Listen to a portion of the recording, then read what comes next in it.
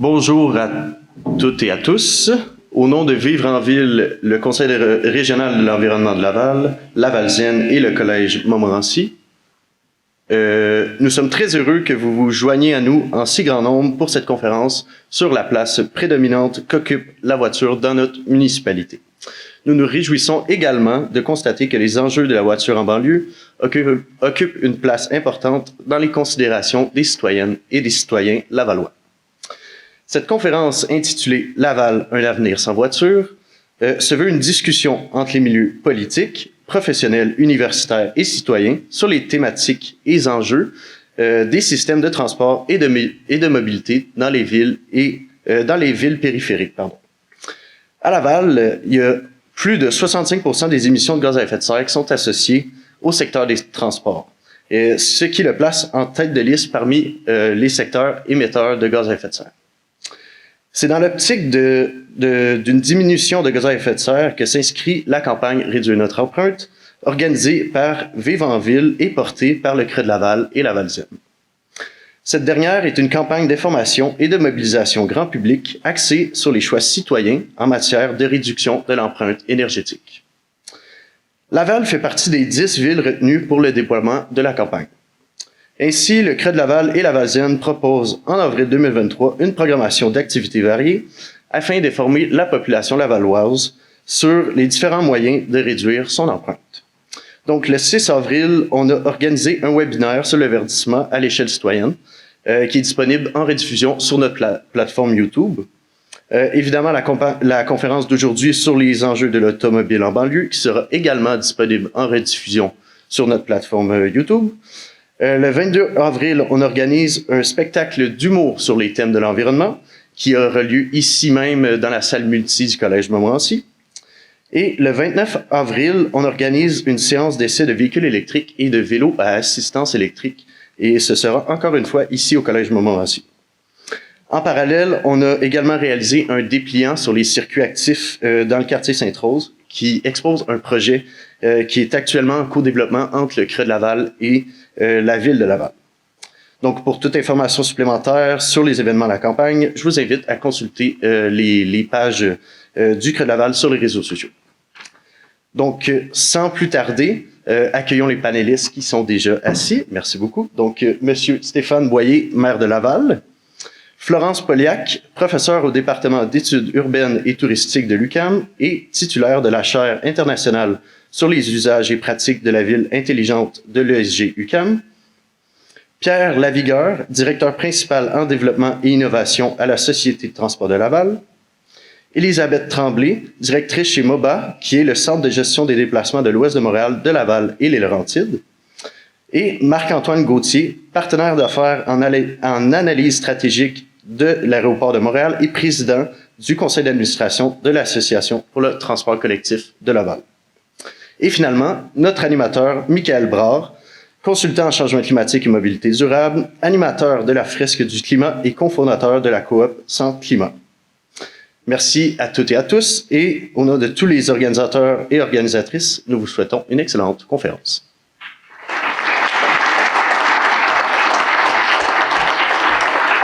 Et merci Raphaël. Bonsoir à toutes et à tous. D'abord, merci d'avoir accepté de sacrifier la première soirée d'ouverture de la saison de barbecue. Et grosse concurrence, mais on va quand même essayer de faire en sorte que vous ne soyez pas déçus du tout de votre soirée. Voilà. Encore un peu. Cool. Comme vous l'entendez à mon accent... Tu me dis quand c'est bon ?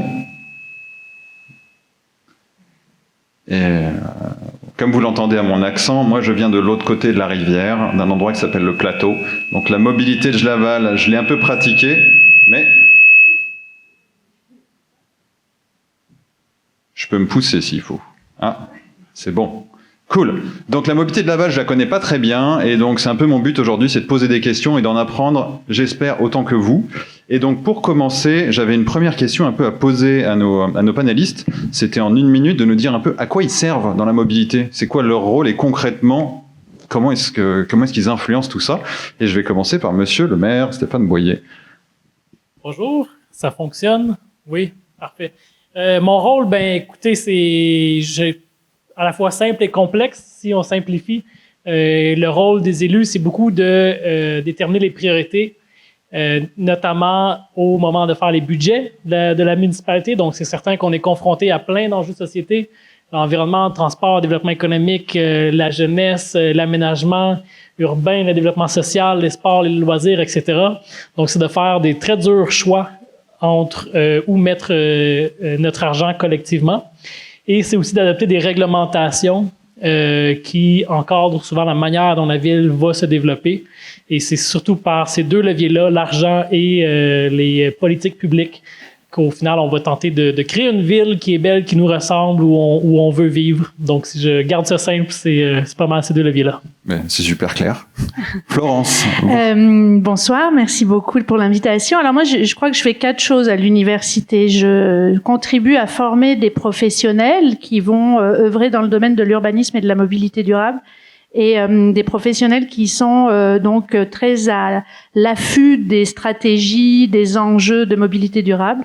Et la personne qui a ouvert la séance en nous présentant est une personne que j'ai eu le plaisir de co-diriger dans un travail. Donc, vous voyez un petit peu ce que ça peut donner comme jeune professionnel. C'est un bon élève. C'est vraiment quand on en veut plus des comme ça. Moi, j'enseigne essentiellement à la maîtrise en études urbaines, mais j'ai enseigné aussi au baccalauréat en urbanisme à l'UQAM. Donc, je forme des professionnels. Je produis de la connaissance comme chercheur, ce qu'on appelle des données probantes, pour essayer de démontrer décrypter la réalité et essayer d'avoir le plus de connaissances possible sur, moi, mon domaine, c'est les politiques, donc sur comment faire, sur les instruments de l'action, sur ce que monsieur le maire fait quotidiennement. C'est nos objets de recherche, mais pour l'aide à la décision, ça c'est la 3e chose qu'on fait. Énormément de recherche-action, de recherche partenariale avec les municipalités, les acteurs du terrain, et des choses comme ce soir qui s'appelle de transférer la connaissance pour un public plus large, pas simplement pour les décideurs, pas simplement pour les étudiants, mais pour ce qu'on appelle le grand public, et pour échanger, pour avoir des conversations le plus éclairées possible sur comment faire. C'était un peu long, mais c'était très bien. Merci. Monsieur Lavigueur. Oui, message reçu, c'était un peu long. Il va falloir que je fasse mieux. Moi, à la STL, j'ai fait à peu près tout depuis 25 ans, sauf conduire un autobus, puis je pourrais pas vous mentir parce que j'ai un représentant du syndicat qui est assis juste ici devant moi, première rangée. Je suis effectivement directeur exécutif, développement, innovation. Donc, c'est le développement du service, des services à la STL, essayer d'être plus efficace à court terme. À chaque année, on change 4-5 fois pendant l'année notre service. Les développements de moyens de long terme, j'ai travaillé sur le prolongement du métro à Laval. Je suis aussi responsable de la feuille de route vers l'électrification de la STL. Donc, d'ici 2040, toute notre flotte va être électrique ou avec des modes de propulsion qui sont propres. Donc, par quelles étapes on va passer? On est là-dedans actuellement. Construction de bus à haut niveau de service, des voies, des corridors avec des voies réservées, comme ce que vous avez sur Corbusier. Beaucoup d'autres innovations aussi auprès de la clientèle pour améliorer les outils à la clientèle et nos façons de faire aussi, travailler avec des données massives, intelligence artificielle, ainsi de suite. Vous voyez, c'est assez large. Mais aujourd'hui, on va parler plus de développement de transport en commun. Eh bien, merci. Madame Tremblay? Oui, bonsoir à tous. Alors, je suis directrice de MOBA, qui est un centre de gestion des déplacements. On est mandaté par le ministère des Transports et de la Mobilité durable, par l'Autorité régionale de transport métropolitain pour accompagner les générateurs de déplacements, plus notamment les employeurs, dans la mise en place de toutes sortes d'alternatives à l'auto-solo. On existe depuis une 20aine d'années. On a accompagné près de 500 employeurs dans la mise en œuvre de ces actions pour favoriser la mobilité durable et diminuer la dépendance à l'auto-solo. Merci. Bonsoir à tous et à toutes. Marc-Antoine Gauthier à l'Association pour le transport collectif de Laval.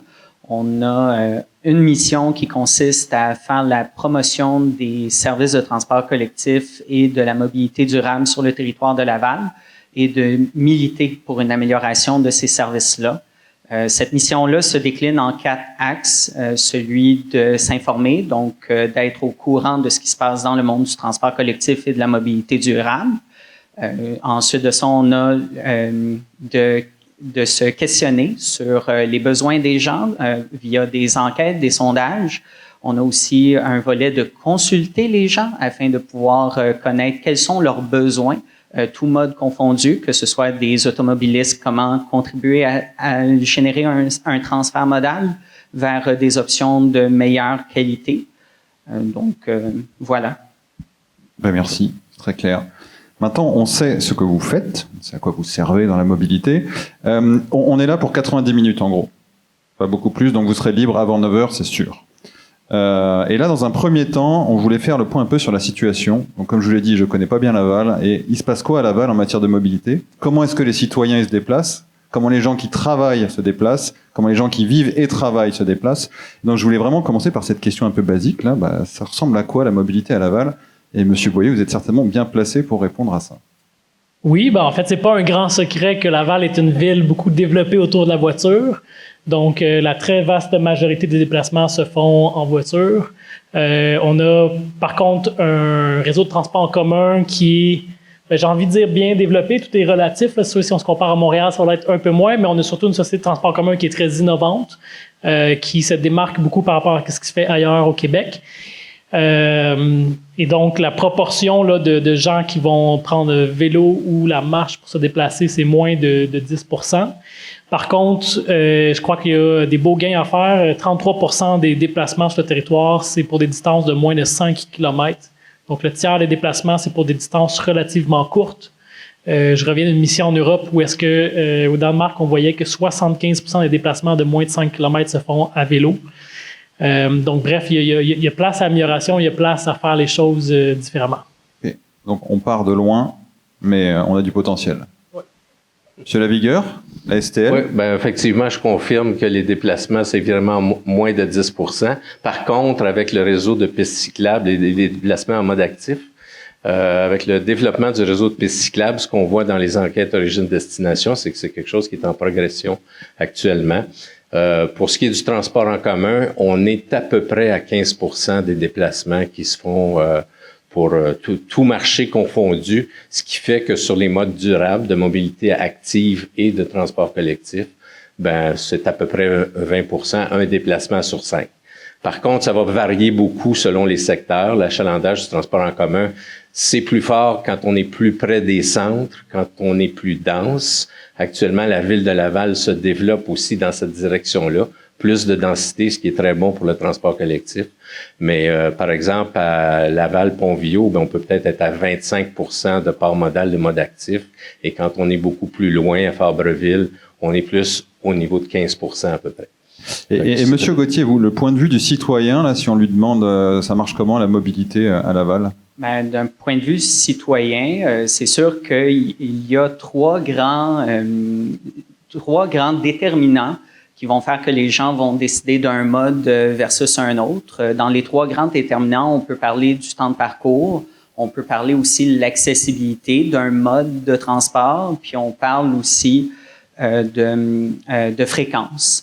C'est sûr que si les gens ont un service qui est à proximité de leur domicile, là aussi on parle de transport collectif, s'ils ont un service qui est à proximité de leur domicile, que le service est fréquent, puis que les temps de parcours sont compétitifs par rapport à utiliser l'automobile, c'est sûr que les gens vont être tentés de l'utiliser davantage.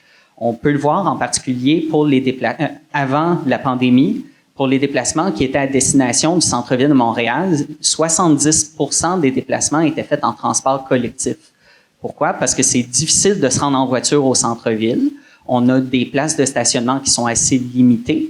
Puis, le service a été beaucoup développé de façon à amener les gens vers les centres-villes, donc vers des pôles d'emploi, vers des pôles d'études. L'autre chose aussi, c'est que ce qu'on remarque, c'est qu'il y a beaucoup c'est sûr que dans le cas où est-ce qu'on a des infrastructures, des routes, où est-ce qu'il y a une bonne fluidité de circulation, que les places de stationnement sont abondantes, que les places de stationnement sont gratuites, c'est sûr, ça va inciter les gens à utiliser davantage leur automobile que d'utiliser d'autres options de mobilité comme la marche, le vélo ou le transport collectif. Donc en gros, les gens sont rationnels et prennent ce qu'ils ont sous la main. Ils prennent ce qu'ils ont sur la main, qu'ils considèrent étant l'option qui est la plus facile pour eux. au quotidien. Ok, on reviendra là-dessus, je pense.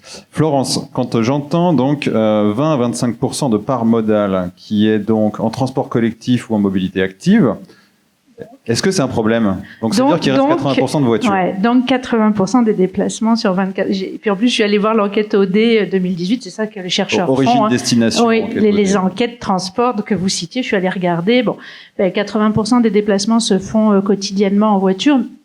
On reviendra sur le pourquoi. Est-ce que c'est un problème? Oui. C'est un problème comme dans d'autres territoires. C'est pas le problème de Laval, c'est le problème des territoires qui sont fortement dépendants de l'automobile. Vous avez cité, Michael, je crois, ou Monsieur le maire, la production de GES, le secteur des transports est un gros, ou Raphaël, excuse-moi, le grand contributeur de GES. Donc, ça a un impact sur les changements climatiques. Je vous apprends rien en disant ça. Mais en fait, il y a aussi des impacts sur la santé de la population, des impacts très locaux. On sait que les émissions polluantes aggravent certaines maladies, entraînent des morts prématurées. On a des relevés au niveau canadien où on a dans les 6 plus grandes villes du Canada à peu près au total 6 000 morts par an de morts prématurées liées aux émissions produites par les voitures. C'est pas rien.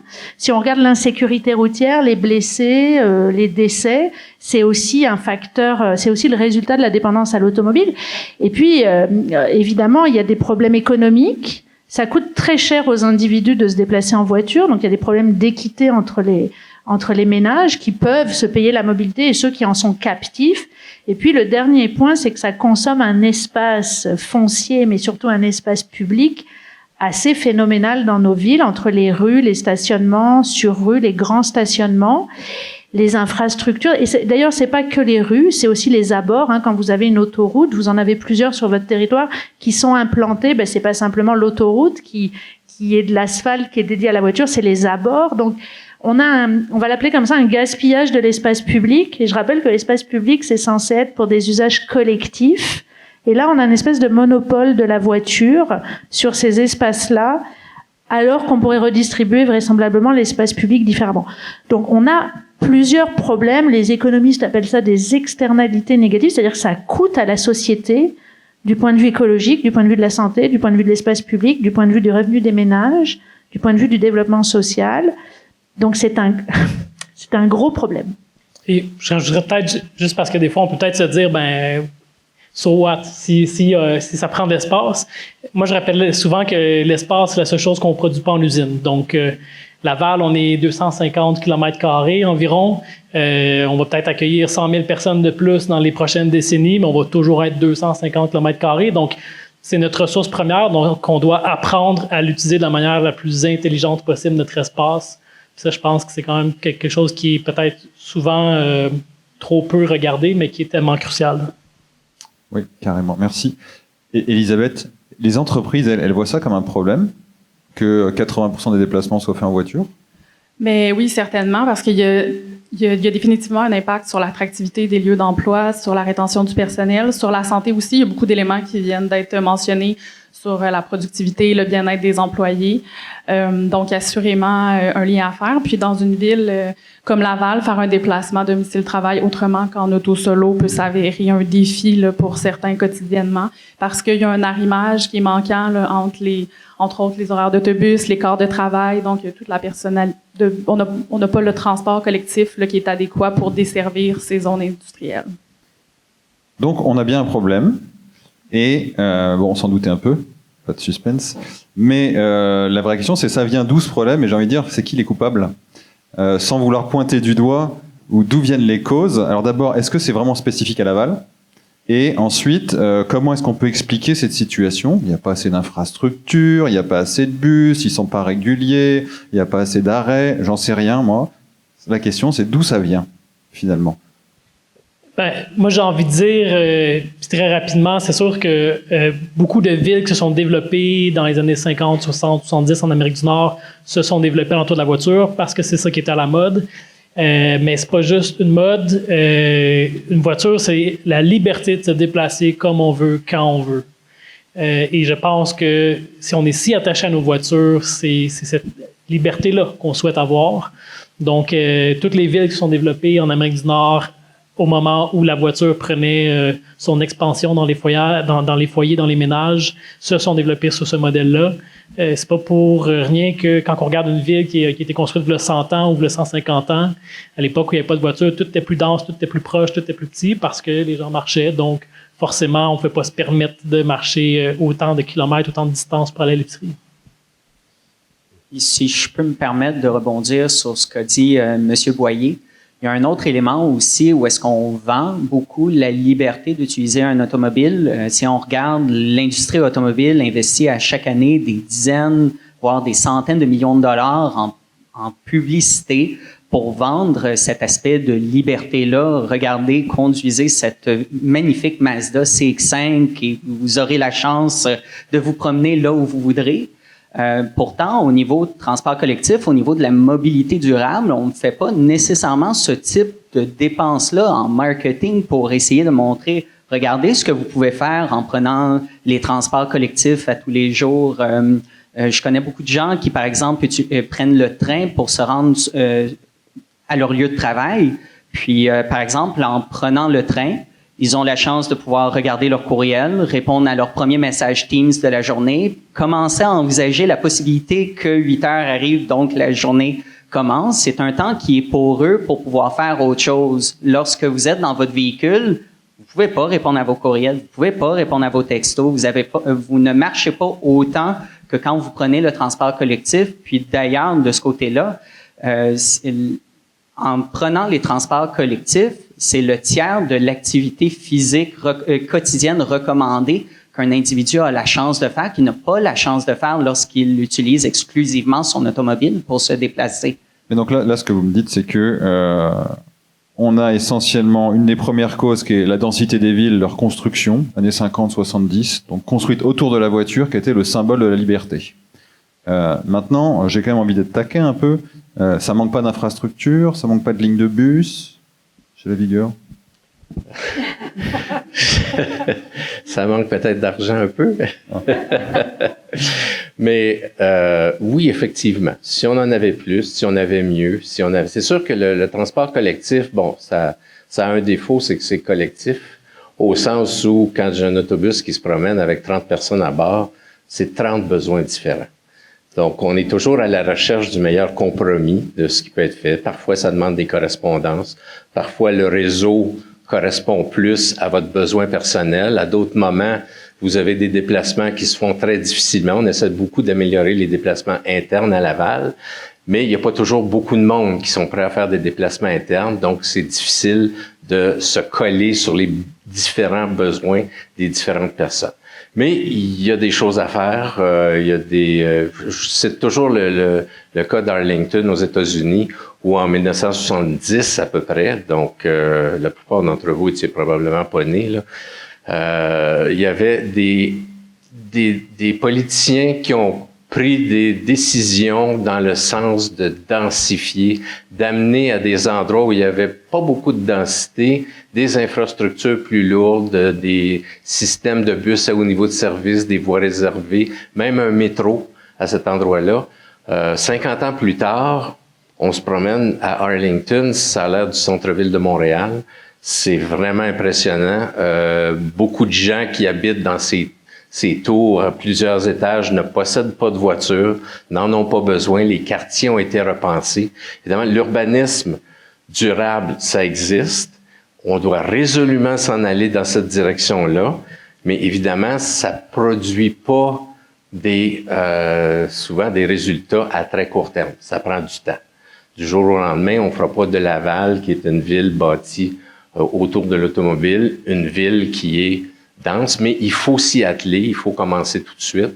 Et ben, ça fait en sorte que le transport en commun peut devenir plus facile à utiliser. C'est plus facile pour nous de donner des services. Ça prend moins de kilomètres pour remplir les autobus. Et là, on rentre dans un cercle vertueux où on peut mettre de plus en plus de services. Ça prend du temps. Prend du temps? Oui.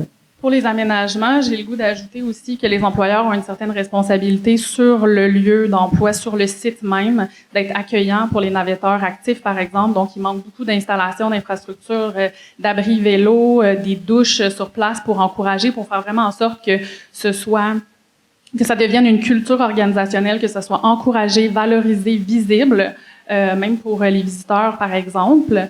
Et au niveau de la localisation aussi des organisations, mais le choix de la localisation va avoir un impact évidemment sur l'accessibilité. On a parlé d'étalement urbain, de périurbanisation, là, depuis tantôt on en parle, mais le choix de localisation de l'employeur qui s'éloigne. Donc, tu sais, pour chaque kilomètre d'éloignement du centre, on ajoute du temps, des mètres de navettage moyen là, pour les travailleurs pour se rendre sur le lieu de travail. Puis le travailleur se voit forcé là, d'avoir toutes ces activités éparpillées sur le territoire. Donc, évidemment, c'est pas étranger à nos conditions en tant que citoyen, mais en tant que travailleur, là, ça va influencer, dans le fond, notre choix de mode de transport. Mais ces entreprises qui ont décidé de s'installer à des endroits éloignés, c'était quoi les raisons des choix à l'époque? Bien, ça suit vraiment la vague là, de l'étalement urbain, la périurbanisation. Puis ces organisations-là aussi veulent souvent s'installer dans des zones qui sont spécialisées, donc entourées peut-être de d'autres employeurs dans les mêmes catégories d'emploi. Ils ont besoin de plus d'espace, de plus grands stationnements aussi. Parce que c'est vrai que plus du corps là, de l'espace des rues, on le mentionnait aussi tantôt, là, mais est réservé à l'immobilisation des véhicules, et ça se fait aussi au détriment là, des aménagements favorables à la mobilité durable. Ça, c'est un peu le serpent qui se mord la queue. Je veux installer mon stationnement, donc je vais plus loin, donc j'oblige les gens à venir en voiture, etc. Quoi. Mais il y a une question de il y a une question de foncier, de coût du foncier. C'est comme la localisation des ménages en périphérie des villes. Ce que vous racontez très bien, c'est la construction de cet ce qu'on appelle l'étalement urbain, mais les ménages, les activités se sont éloignés des centres aussi pour des raisons d'accès au foncier qui, plus vous vous rapprochez du centre, plus il est élevé. Donc il y a des entreprises qui ont besoin de place, qui sont allés loin et qui n'étaient pas desservis par le transport collectif. Et je me porte toujours un peu en porte-à-faux par rapport à la question de la liberté, même si c'est un argument tout à fait... C'est ce que vous racontez très bien, c'est que cette dépendance collective à l'automobile, elle s'est construite pendant des décennies, mais j'aime bien rappeler qu'elle a commencé avant l'arrivée de la voiture. Elle est arrivée avec l'innovation des moteurs et les gains de vitesse en transport. Donc la banlieusisation des villes a commencé avec les premiers tramways, puis les bus, puis s'est accéléré avec la voiture. Et la difficulté, c'est qu'il y a plein de dynamiques qui se sont combinées. Et donc il y a eu ces progrès de vitesse, et au lieu de réinvestir dans des gains de temps, on est allé toujours plus loin s'installer, parce que les politiques d'urbanisation le permettaient, les politiques publiques finançaient la construction des logements, les emprunts pour accéder à la propriété. Puis on a favorisé le développement d'un secteur économique qui s'appelle l'automobile, la construction automobile. Et puis les ménages avaient des demandes et des aspirations, des modèles de vie, effectivement des modes de vie dans lesquels la famille, une maison, un jardin étaient satisfaits par l'offre de résidentiel qu'on promettait et qu'on a construit en périphérie. Et puis les valeurs se sont ajoutées, les valeurs culturelles, l'accès à la voiture, c'est un bien de consommation, c'est un bien qui nous permet de nous démarquer, et c'est un bien qui permet une très grande liberté et flexibilité. Mais là, je viens de citer 6 ou 7 dynamiques différentes qui se sont combinées pendant plus de 70 ans.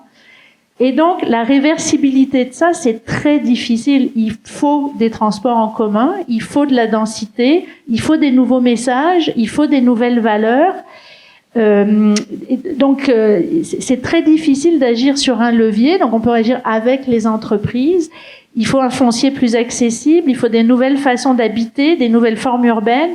Donc c'est sûr que je me porte toujours voilà, je m'inscris en faux toujours sur la voiture, c'est la liberté, c'est pour ça que les gens veulent pas la laisser, parce qu'en fait c'est comme la dernière couche, c'est comme la cerise sur le sundae, ou l'iceberg, tout ce qu'il y a en dessous, qui est ce qu'on appelle un système socio-technique et politique, économique et culturel.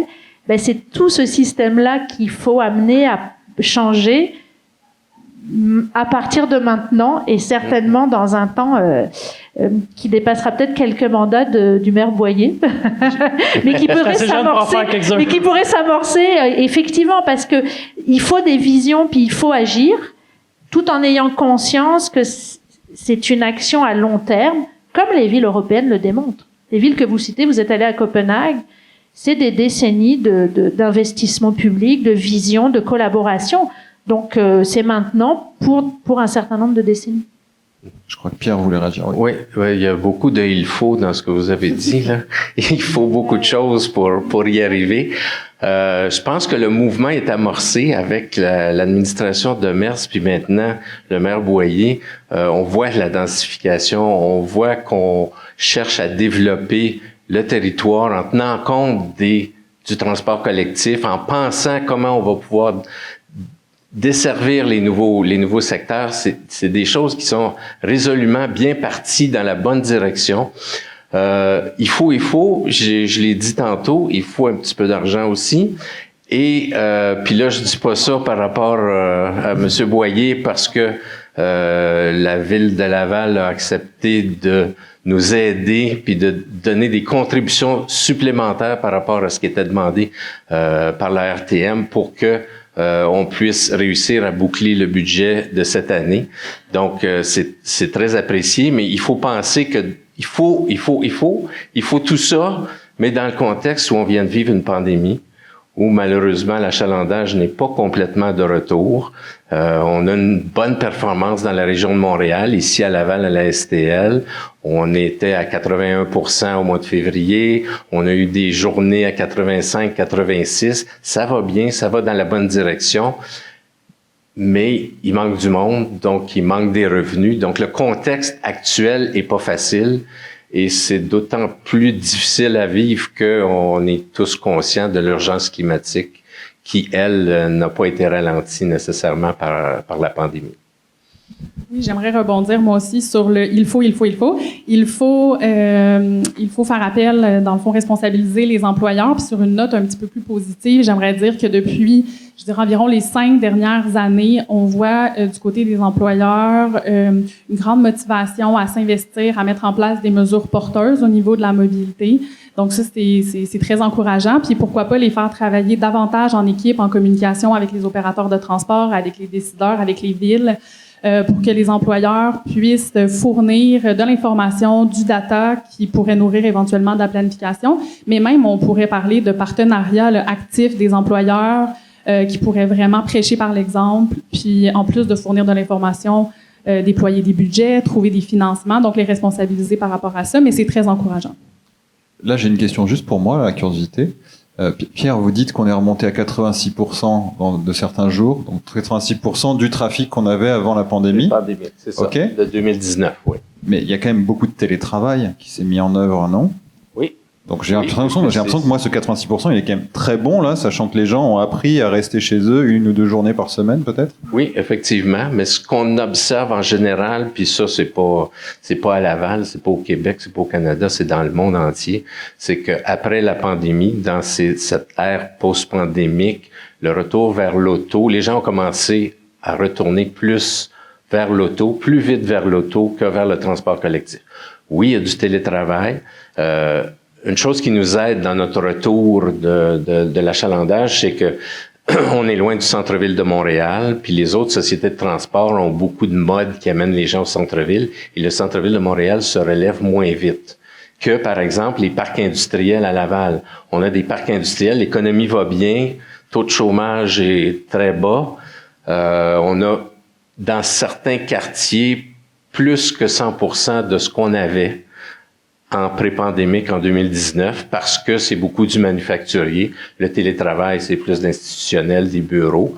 Mais dans des parcs industriels, on voit que le retour est très présent. Il va toujours rester effectivement une couche contre laquelle je m'opposerai pas parce que le télétravail, c'est pas quelque chose qui est mauvais. Je veux pas que les gens se mettent à se déplacer puis à bouger pour bouger puis produire des gaz à effet de serre. Mais il y a une réalité, mais je pense qu'avec une bonne relance, si on avait les moyens de le faire, les gens et les jeunes notamment, sont de plus en plus conscients de l'urgence climatique. On pourrait remonter, récupérer assez vite. Quand on ajoute du service, ce qu'on voit, c'est que les gens sont au rendez-vous. Excellent. Pour résumer, donc, on était en train de se poser la question d'où vient tout ce problème, enfin ce problème de 80% de déplacement en voiture. Donc on voit qu'il y a quand même un historique de la construction des villes. On voit qu'il y a une influence de la publicité. On voit que ça prend du temps, les infrastructures, et qu'il faut une certaine densité pour que ça soit rentable. On a aussi compris que les entreprises, elles ont fait des choix parfois stratégiques, de s'installer un peu plus loin. Et puis, on a aussi vu qu'il y avait plus que la notion de liberté de la voiture, mais qu'il y avait aussi toute une construction un peu de valeur, et que réussir sa vie, c'est avoir une belle maison avec un jardin et puis de l'espace, quoi. Et donc ça, c'est pas à côté des métros. Ça vous va, en gros, comme résumé? Cool. J'avais une autre question, c'est que j'ai quand même découvert, alors tiens, grâce au Creux de Laval à une époque, qu'il y a aussi à Laval des particularités, et que c'est les meilleures terres agricoles du Québec, qu'il y a des pôles industriels et technologiques de pointe, qu'il y a des réserves de biodiversité, qu'il y a des villas de luxe, de très très luxe, et qu'il y a aussi des quartiers qui sont moins favorisés, plus populaires, et aussi moins favorisés par rapport à la mobilité. Là, depuis tout à l'heure, on a un discours très général sur la mobilité, vous êtes allé un peu dans quelques nuances, mais ça m'intéresserait quand même de vous entendre sur ce sujet-là, vraiment de la différence des quartiers. Et est-ce qu'il y a des endroits où c'est plus important que d'autres selon vous? L'accessibilité universelle, on a parlé au début du prix finalement de la possession d'une voiture. Qu'est-ce que ça crée comme condition, ça? Et comment est-ce qu'on rend ce transport accessible? Peut-être je peux briser. Veux-tu y aller, Marc-Antoine? Je peux me permettre. Pendant longtemps, les sociétés de transport ont décidé de développer leurs services de façon à être capable de stimuler le plus possible l'achalandage. Il y a la chaire mobilité de l'École polytechnique Montréal qui a voulu apporter une nouvelle formulation, un nouvel outil sur comment être capable de faire de la conception de réseaux de transport collectif. Ils appelaient ça l'appellation, la formulation QDEV, qui se veut qualité, diversité, équité, viabilité. Qualité, est-ce que le service de transport collectif tel qu'il est actuellement ou tel qu'on veut le développer a une qualité suffisante, est assez attractif pour les gens? Diversité, est-ce qu'il y a assez d'options différentes pour permettre aux gens de se déplacer? Équité, est-ce que le service permet une desserte adéquate pour chacun des individus? Est-ce qu'il y a des gens qui n'ont pas assez de services? Est-ce qu'au contraire, il y a des gens où est-ce qu'ils en ont trop, de façon à pouvoir ramener certains services en trop vers les secteurs où est-ce qu'il y en a moins?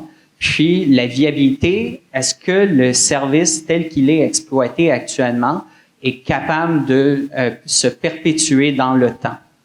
Puis, pour répondre à la question, je pense qu'on doit revoir d'une certaine façon certains développements qu'on a décidé de faire de façon à pouvoir essayer justement de mieux se rapprocher des besoins de la population.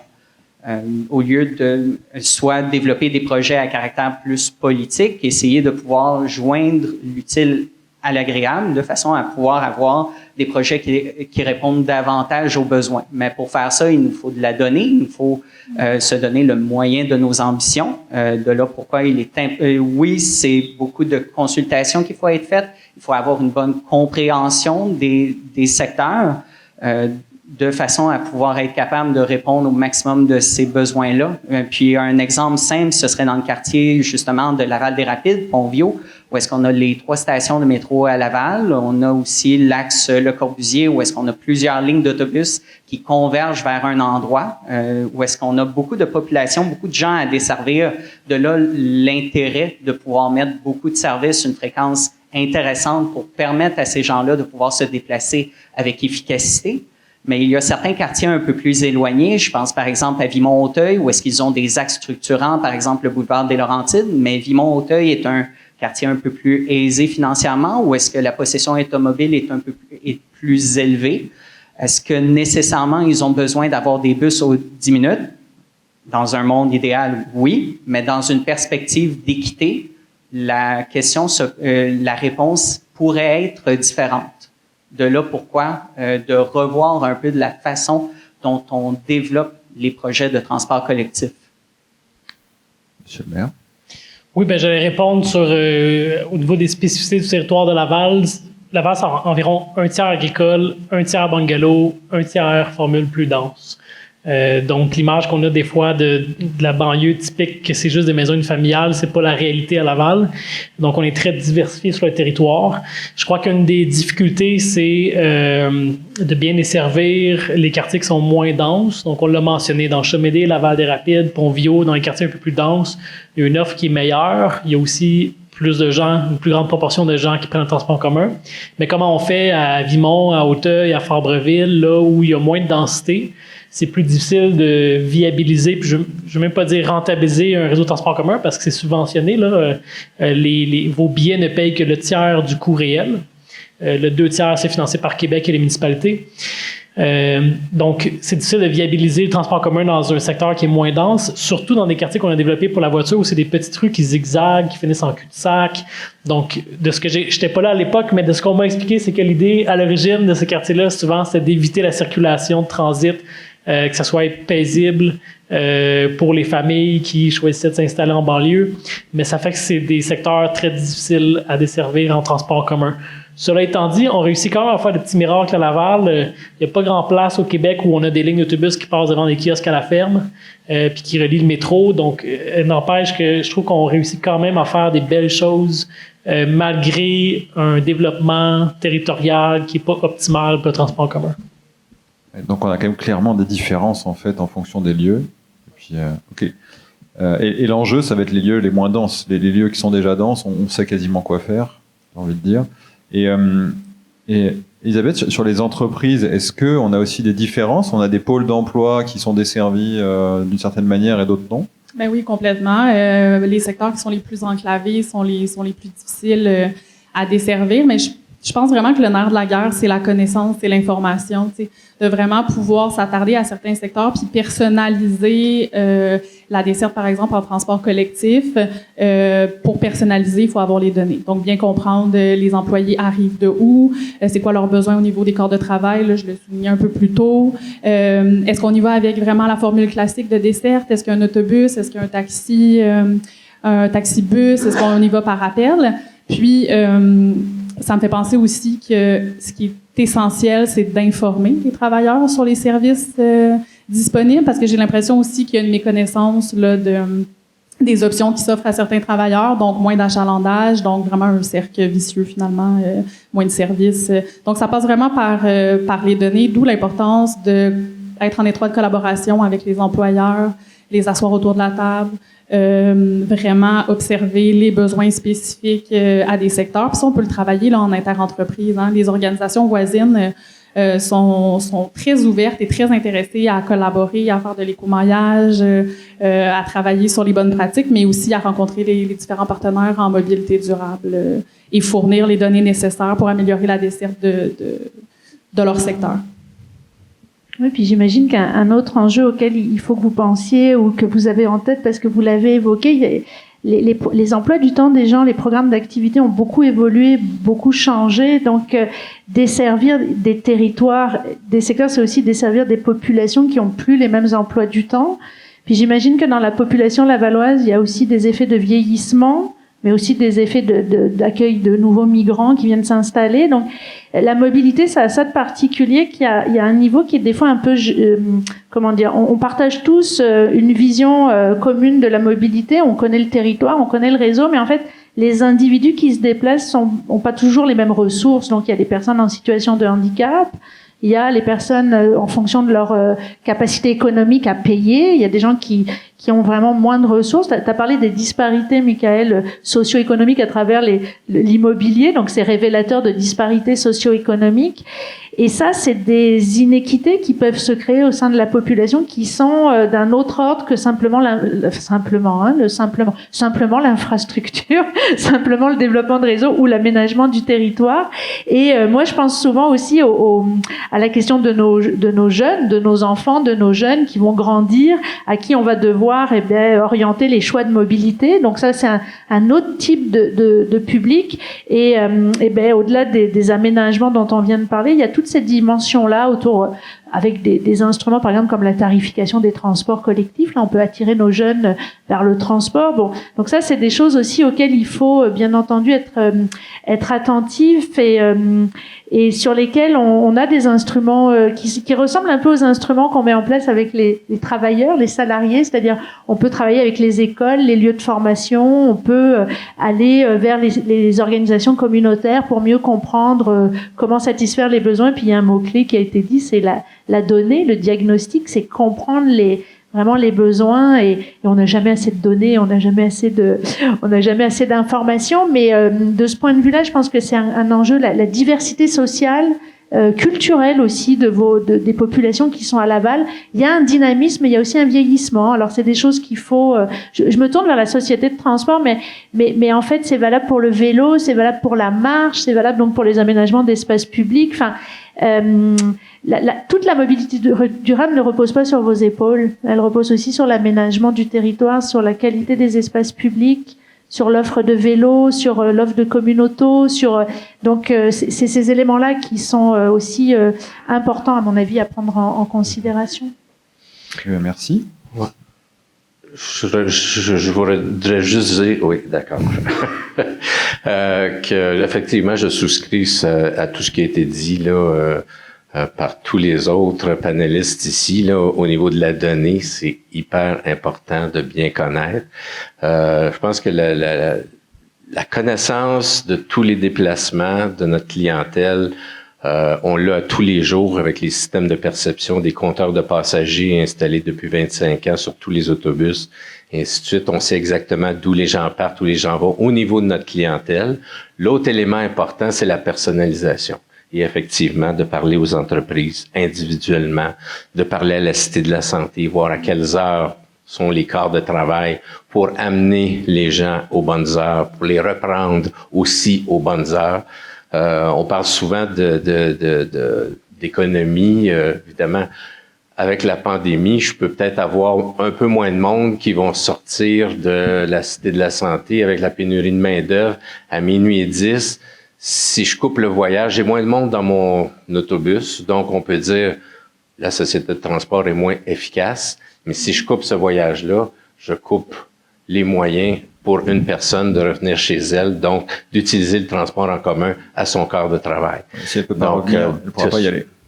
Là, je vais arrêter parce que Ouais, un mini point, je ne sais pas si j'ai le temps, mais le contexte de pénurie de main-d'œuvre, ça fait aussi en sorte qu'auparavant, c'était vraiment la responsabilité des employés de trouver les meilleures options de déplacement. Mais là, on voit quand même un revirement de situation. Les employeurs ont tout intérêt à rendre accessible leur site d'emploi pour que les gens puissent s'y rendre et s'intéresser, même ne serait-ce qu'à passer les entrevues. Là, les employés vont vraiment regarder est-ce que c'est bien desservi, est-ce que je vais être obligé de m'acheter un véhicule.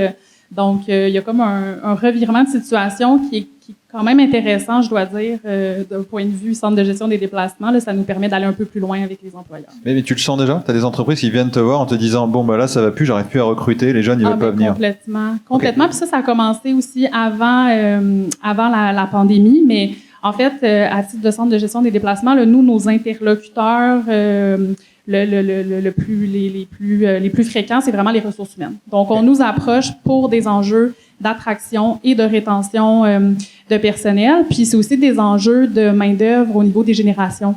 Donc, génération Y, Z, qui sont beaucoup plus sensibilisées à la transition écologique, aux enjeux écologiques, qui s'achètent plus de véhicules, qui choisissent leur lieu d'emploi pour qu'ils soient accessibles par la mobilité douce. Donc, évidemment, si on veut les recruter, ces jeunes professionnels, il faut être accessible comme site d'emploi. Excellent. Bon, moi, je me rends compte que c'est plus compliqué que prévu, que c'est plus divers que prévu, et puis surtout que c'est changeant. Et ça, quand on construit une infrastructure ou même une ligne de bus, à mon avis, ça se planifie. Je regarde par ici aussi, je pense que ça se planifie sur des années, voire des décennies. Puis si la démographie change ou que les habitudes changent d'un coup, on se retrouve un peu en décalage, quoi. Ce qui fonctionne bien aussi avec les entreprises, quand l'entreprise, comme par exemple la Cité de la Santé, on peut faire des enquêtes, aller chercher l'ensemble des besoins. Il y a des volumes qui sont suffisants pour justifier qu'on mette des voyages spécifiques ou effectivement des approches plus à la demande. Évidemment, à Laval, on a beaucoup de PME, de petites moyennes entreprises dans les différents quartiers, dans les parcs industriels. Et là, c'est pas toujours facile. On a souvent fait des approches auprès des entreprises, mais là, faudrait coordonner les cadres de travail. Les entreprises sont pas toujours prêtes à changer leur cadre de travail pour que le transport soit plus facile. Fait que là, si on a des entreprises qui ouvrent à toutes les 10 minutes, on peut pas être là exactement à la bonne heure pour chacune de ces entreprises-là, à moins de mettre beaucoup de services. Il y a des enjeux, mais je pense qu'il faut résolument qu'on cherche à s'améliorer, qu'on donne quelque chose de mieux comme service pour être plus attrayant aux utilisateurs de l'automobile. Il y a des utilisateurs de l'auto, si vous avez une famille avec 3 enfants à reconduire à l'école, à la garderie, vous serez jamais un grand utilisateur du transport collectif. On va voir ça. On va en parler. Tu me fais une transition. Maintenant qu'on a compris le problème, on va quand même essayer de trouver des solutions concrètes. Mais avant ça, je voudrais juste un petit cours de mobilité de Florence. Moi, j'entends toujours parler du fameux RTA. C'est même marqué dans la politique de mobilité durable du gouvernement. Ça veut dire quoi le RTA ? Alors le RTA, c'est 3 objectifs. C'est réduire, transférer, améliorer. Réduire les déplacements, notamment les déplacements motorisés, carbonés en voiture individuelle, ou les raisons de se déplacer. Puis plus globalement, c'est réduire les raisons, les distances qu'on consomme et effectivement les énergies non renouvelables. Transférer, c'est ce qu'on appelle aussi le report modal, c'est inciter à changer de mode, donc laisser la voiture solo pour des modes collectifs, partagés, actifs. Et améliorer, c'est 2 choses. C'est améliorer la consommation énergétique, donc par exemple passer à l'électrification, mais ça peut être aussi améliorer l'expérience de transport en bus, l'expérience de transport en vélo, pour transférer définitivement vers ce mode-là. C'est dans la politique, très juste. Ce qui n'est pas dans la politique, je me permets, j'aime énormément ce que j'entends sur ce qu'on appelle la gestion de la demande au lieu d'emploi, la gestion de la mobilité des salariés. C'est ce que j'appelle moi le 3e pilier de la mobilité durable, à côté de l'urbanisme et du développement des réseaux. Donc la gestion de la demande, je pense que c'est une voie, c'est de la musique à mes oreilles. Et ça n'est pas dans la politique nationale de mobilité durable. Et quelque part, c'est un signal et un mauvais signal qui est envoyé. Je ferme la parenthèse. Donc c'est ça le RTA. Réduire, c'est par l'aménagement du territoire, réduire les distances à parcourir, faire de la proximité, de la densité, de la mixité entre les fonctions d'un territoire pour mieux marcher, mieux se déplacer en vélo ou mieux desservir par le transport collectif. Transférer, c'est plutôt des politiques de gestion de la demande, c'est avoir des incitatifs financiers, c'est avoir une meilleure information multimodale en temps réel, c'est plein de leviers, plein de carottes, mais ça prend des bâtons, on pourra en reparler. Ça peut pas être que des carottes, ça peut pas être que des incitatifs. C'est pour ça que dans le il faut des règlements. J'ai entendu que les compétences locales permettaient d'avoir des réglementations. Il en faut. Et dans le améliorer, c'est des grandes politiques énergétiques, mais c'est aussi, et ça je sais que vous le faites dans les sociétés de transport, c'est améliorer l'expérience de mobilité. Vous évoquiez le fait de pouvoir travailler dans un transport, de pouvoir se détendre, d'avoir une espèce d'éloge de la lenteur aussi, c'est-à-dire de ne pas toujours être dans la performance, mais dans la qualité de la mobilité, pour adopter quelque chose qui n'est pas l'auto-solo. Donc là, avec Florence, on a le « il faut », on sait ce qu'il faut faire, mais concrètement, on fait quoi ? Moi, quand j'étais justement au Danemark, c'est fascinant parce qu'il y a vraiment beaucoup de gens qui prennent le vélo. Là. Je me rappelle, sur l'intersection, 46 000 vélos par jour qui passent là. Mais ce qui m'a encore le plus surpris, c'est, pas le plus surpris, mais un des apprentissages, je pense qu'on doit se rappeler, c'est qu'ils ont sondé les Copenhaguois sur pourquoi ils prennent le vélo, puis ils le font pas pour l'environnement, ils le font parce que c'est ça qui est le plus facile. Donc, c'est un changement qui a pris des décennies, mais la manière dont la ville s'est développée au fil des décennies, c'est que y a des pistes cyclables qui sont larges, qui sont en site propre, ou en sens sécuritaire, les feux sont synchronisés, les stationnements sont disponibles partout, donc c'est vraiment facile. Et c'est la principale raison pour laquelle les gens prennent le vélo. C'est pas pour sauver la planète. Je pense arriver dans le 6e ou 7e rang là, dans le sondage. Mais bon, donc une fois que ça est dit, il faut que les alternatives qu'on considère plus positives pour la société soient favorisées, soient faciles à utiliser. On doit avoir plus de mixité. Autrefois, on divisait dans les villes les usines d'un côté, les résidences de l'autre. À l'époque, on avait des grosses usines avec des grosses cheminées polluantes. De moins en moins, l'économie, c'est ça. De plus en plus, une économie de services, de bureaux. On a des entreprises qui ont beaucoup moins d'impact. Donc, on peut maintenant de plus en plus mélanger tout ça dans un même quartier.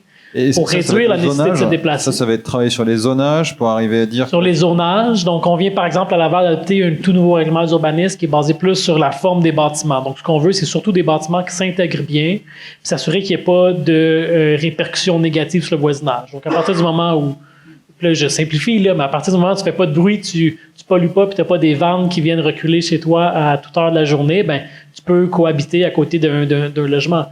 Donc, si les choses sont plus mixtes, les distances sont plus rapprochées, il y a moins de besoin de parcourir des grandes distances.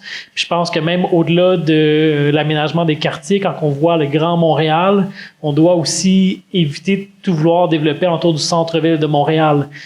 Moi, je dis toujours, tu sais, quand on prend l'autoroute le matin aux heures de pointe, même si l'effet a été un peu atténué avec la pandémie, je trouve ça aberrant que d'un côté, c'est bumper à bumper, de l'autre côté, c'est un désert.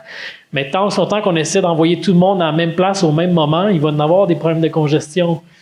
Et avec ces problèmes de congestion-là, c'est non seulement la qualité de vie de la personne qui est dans sa voiture, mais c'est aussi une inefficacité de nos infrastructures et des millions qu'on y met pour construire ces routes-là. Donc, une voie sur un boulevard peut déplacer 1000 personnes en voiture par heure, mais peut en déplacer 5000 s'ils sont en autobus, puis 10 ou 15 000 sont en tramway. Donc, sur le même espace, sur la même emprise, on peut démultiplier l'impact de nos investissements. Donc, bref, qu'est-ce qu'on doit faire? Il y en a plein. On doit construire nos villes différemment. On doit les faire plus denses. On doit les faire plus mixtes. On doit éviter de vouloir concentrer tout le monde au même endroit. On doit rendre les alternatives faciles, agréables, désirables. Donc, bref, je vais m'arrêter là, mais... Alors, je vais peut-être dire une grosse bêtise, là. Mais je comprends l'intérêt de ne pas concentrer tous les emplois au même endroit. Mais d'un autre côté, quand je vois des lignes de métro, on a quand même envie d'avoir du monde à transporter, là. Il faut du débit.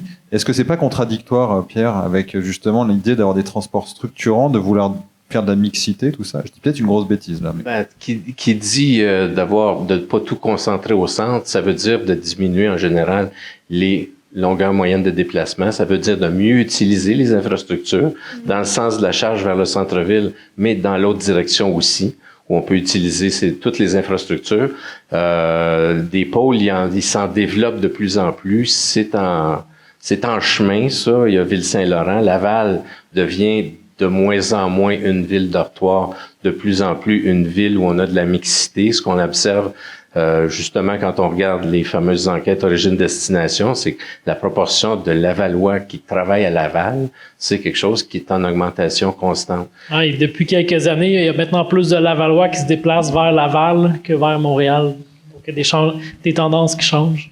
Oui. Même quand on compare l'avant-pandémie à l'après-pandémie, on observe qu'il y a de plus en plus de gens qui font des déplacements internes sur le territoire de Laval par rapport à ce que c'était avant.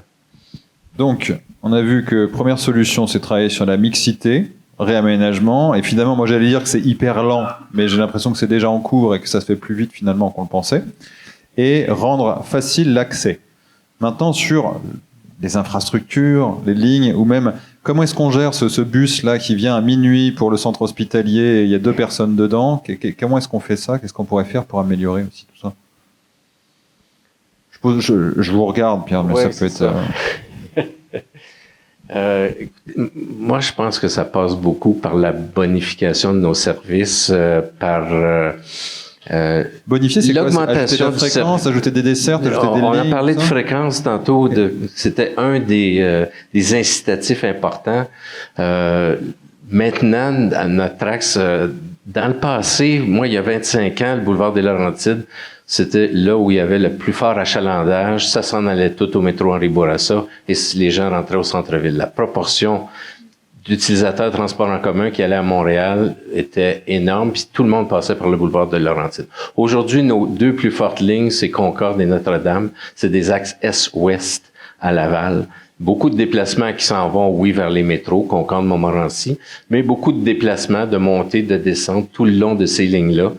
Et ce qu'on voit, c'est que l'achalandage sur ces lignes-là, nos plus fortes lignes, c'est là où il augmente le plus. plus effectivement la fréquence est grande, moins on est obligé de réfléchir au moment où on va se rendre à l'arrêt en se disant « je peux me rendre à l'arrêt, de toute façon, il va y avoir un autobus dans 3 ou 4 minutes », ce qu'on a à certaines heures maintenant à Laval, ben ça marche, ça fonctionne. Donc, il faut augmenter nos fréquences. Mais ça prend peut-être un peu de bâton, mais moi, je suis le fournisseur de carottes. Oui. Alors, j'essaye de faire en sorte que mes carottes soient les plus appétissantes possibles. Vous avez tout à fait, si je peux me permettre, vous avez tout à fait raison. On a regardé la question de la gratuité du transport collectif dans plein de villes, notamment en Europe, et voir comment la portée, l'efficacité de ces mesures-là. En fait, ça peut avoir un effet sur l'attractivité, l'achalandage, mais on garde la rétention, la capacité à retenir les usagers dans le transport, c'est la qualité du service. Sauf ceux qui n'ont pas les moyens de faire autrement, ce qu'on appelle les populations captives les plus pauvres. Mais ceux qui ont le choix vont dire j'ai découvert par exemple le bus grâce à la gratuité, mais je reste pas parce que c'est pas assez fréquent, c'est pas fiable, et puis souvent c'est objectif c'est-à-dire que si la fréquence est pas là, ben vous êtes en retard, donc ne pas se soucier de l'horaire quasiment, c'est le meilleur des mondes, c'est-à-dire arriver au bus, je sais qu'il arrive, et l'interopérabilité qui est un mot barbare pour dire la facilité d'accès par le paiement. Ça, on n'est pas encore tout à fait au point dans la région de Montréal de la facilité.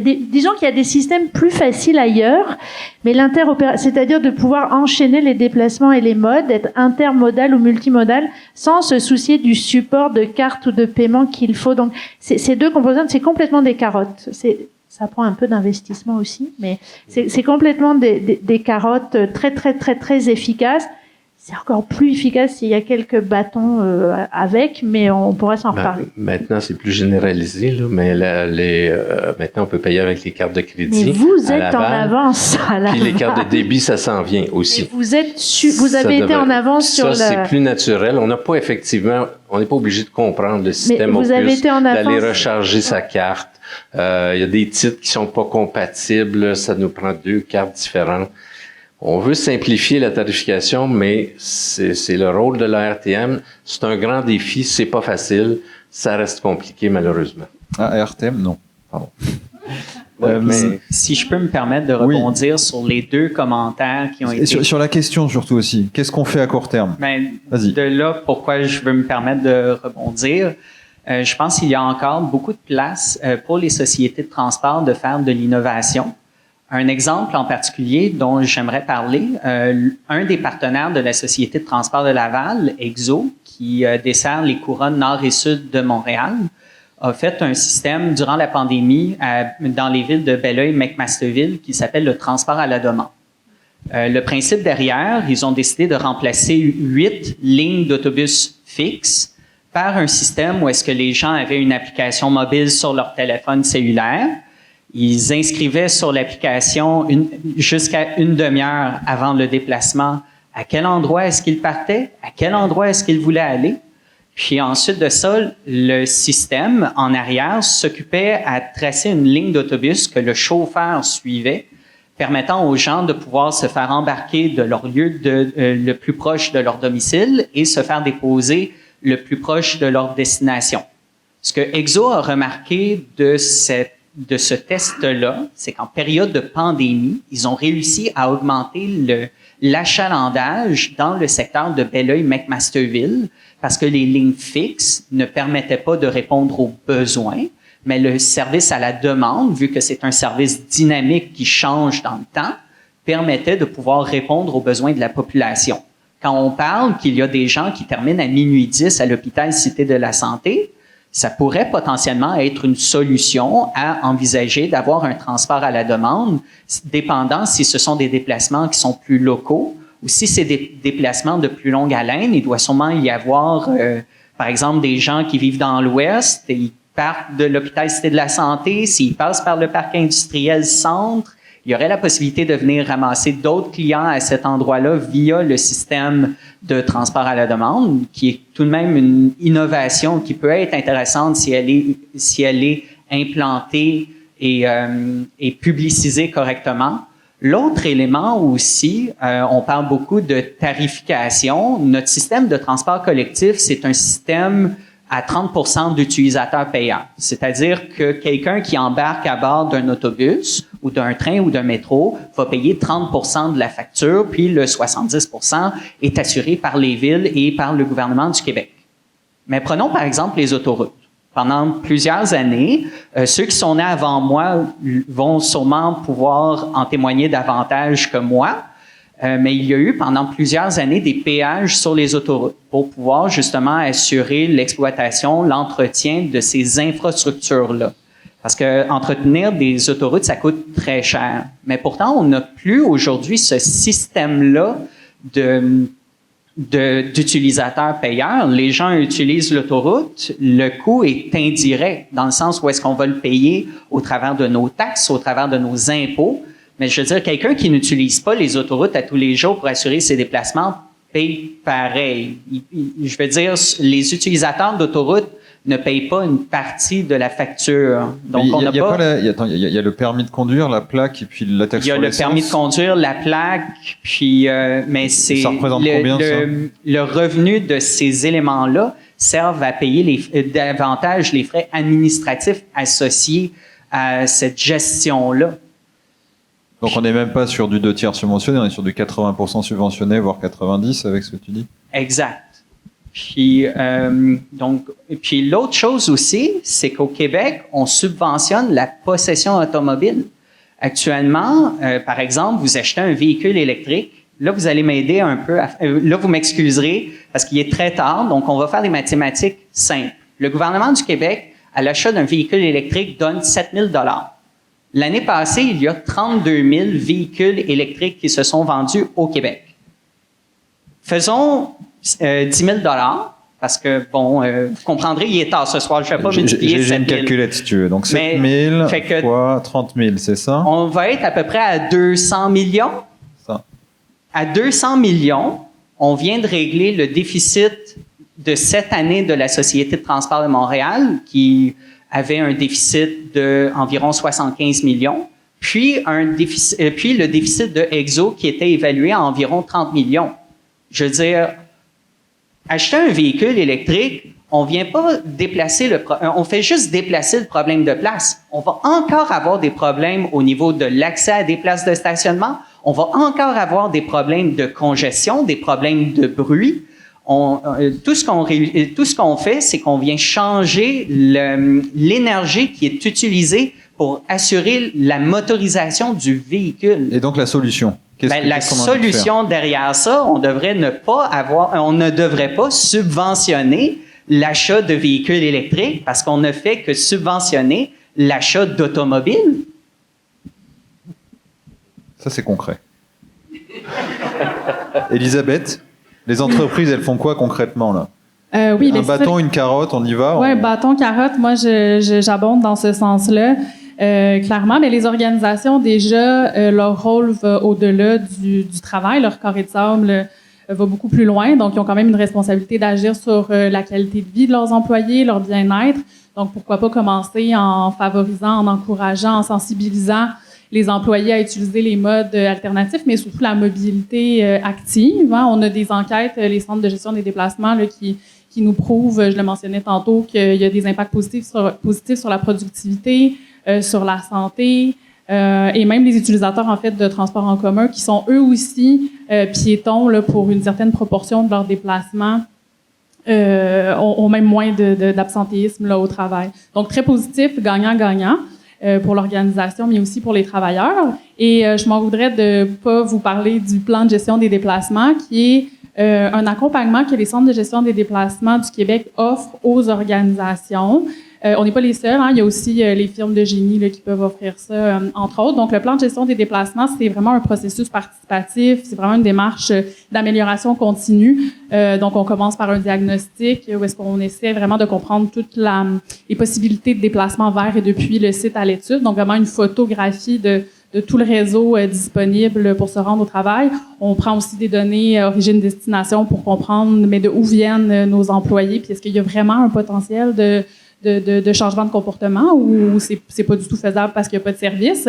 Pendant le diagnostic, on en profite aussi pour sonder les employés sur le mode de transport qu'ils utilisent. On fait une distinction entre le mode de transport pendant la belle saison versus l'hiver parce qu'il peut y avoir des impacts, un changement de mode de transport pendant l'année.